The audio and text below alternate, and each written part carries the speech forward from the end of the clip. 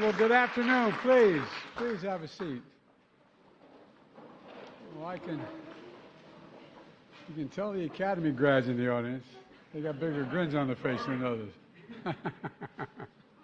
Well, welcome. We're here today to celebrate a tough team, a storied football program. This year's Commander-in-Chief Trophy winners, the Army Black Knights.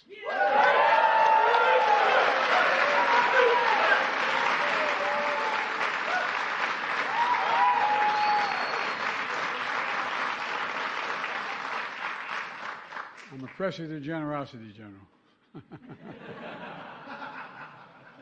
It's an honor to have so many friends and fans with us here today. They include Secretary of Defense Austin, a proud West Point grad himself. You can clap. The Secretary of the Army, Christine Wormuth. Christine, where are you? There you are.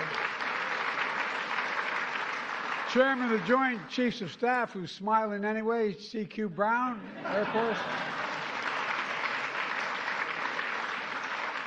He's an Air Force guy, but he's the best.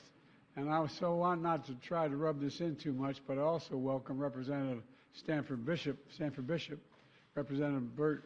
Where's Brett? Are you here? There you go, Brett Guthrie. Good to see you, Brett. Representative Pat Ryan. Pat, how are you, pal? I ain't protecting you, man. You're on your own. Representative Steve Womack.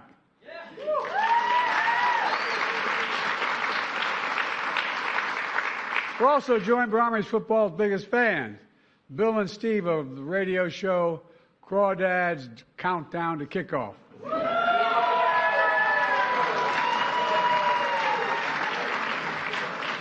Well, thanks for making a trip from Alabama. And we finally have Coach Jeff Monken, who once again led the Black Knights back to the White House again. Where are you, Coach?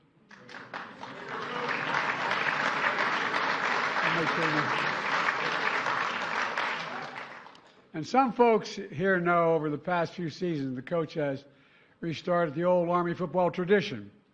Every time the team takes the field, they now carry the gold and black flag with the skull and crossbones. This flag represents everything the Black Knights stand for: toughness, tenacity, camaraderie, accountability. And you all certainly demonstrated that, Coach. Over the course of this season, you faced setbacks, doubts, and uncertainties. Critics counted you out, but you never gave up. You never quit.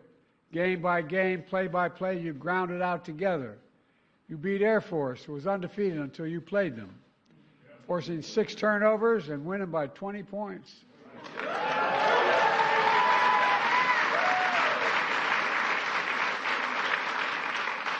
A month later, you beat Navy. Second year in a row. Today you're taking home West Point's 10th Commander-in-Chief trophy. You should be very proud.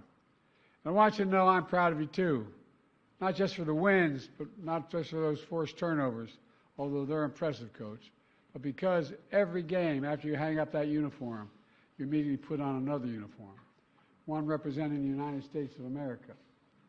Everyone on the stage stepped up to serve, to lead, to join the long line of American servicemen, each a link in a chain of honor in America. You represent the very best of who we are as Americans. I'm confident that in years to come, you'll be willing to you'll see the same toughness, tenacity, and camaraderie and accountability to our country that you brought to the field in every single game. Now, many of these cadets are going to have to hear me twice, so I'm going to make this shorter than usual, because I have the honor of speaking again at West Point's commencement. So let me close with one brief final thought. Go Army!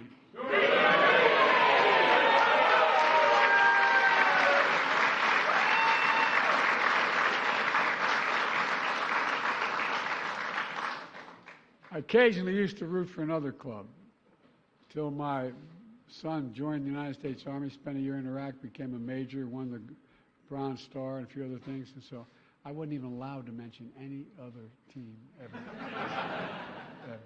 But God bless you all. May God protect our troops. And Coach, over to you. Thank you, sir.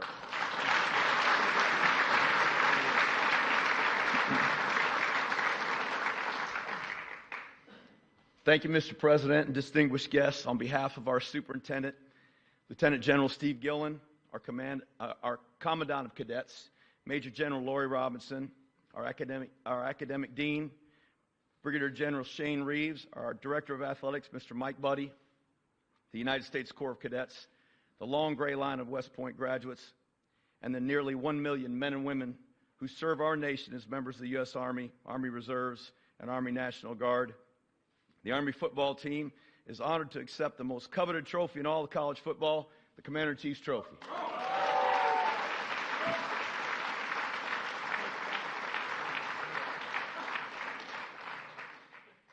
We're grateful. Who the hell's going to carry it home? I carried it in here. I'll take care of it, sir. We are grateful for your invitation to the White House and for welcoming the members of America's team as your guests here today. This is a team of tough, talented players and a team of gritty, intense fighters. And just as they battled to finish the season with 4 straight victories, including wins over rivals Air Force and Navy, as you had mentioned, to claim the Service Academy dominance and winning the CSC trophy, these war fighters will lead our nation's sons and daughters to victory on other fields on other days. With us today are 48 soon-to-be commissioned cadets who will, later this month, earn their diploma as graduates of the world's preeminent leadership institution, the United States Military Academy. Soon after, they will enter the profession of arms, prepared to lead and fight our nation's wars. Joining them today on this stage is the rest of our team, underclassmen who in the next few years will join these soon-to-be graduates as officers in the Army. Mr. President, these young men and women embody the values of duty, honor, country, and they represent the best our nation has to offer. We're incredibly proud to be here and grateful to you for this tremendous honor. On brave old Army team, and beat Navy. Thank you, sir. We got something for you.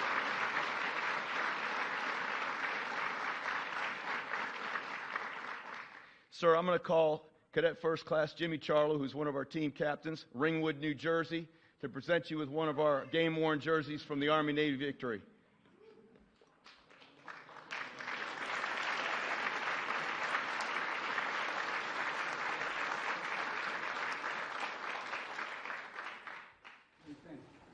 All right.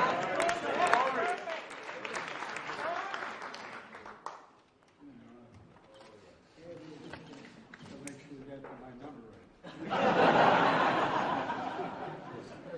Thank you.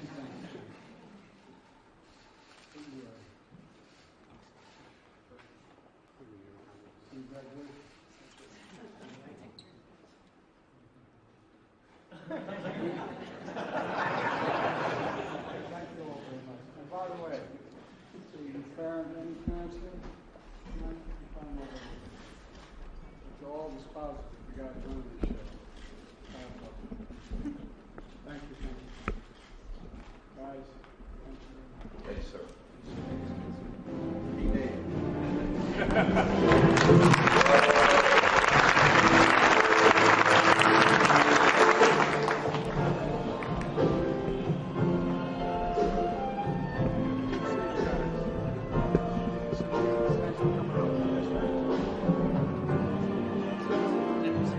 Mr. President, what was your message to Netanyahu?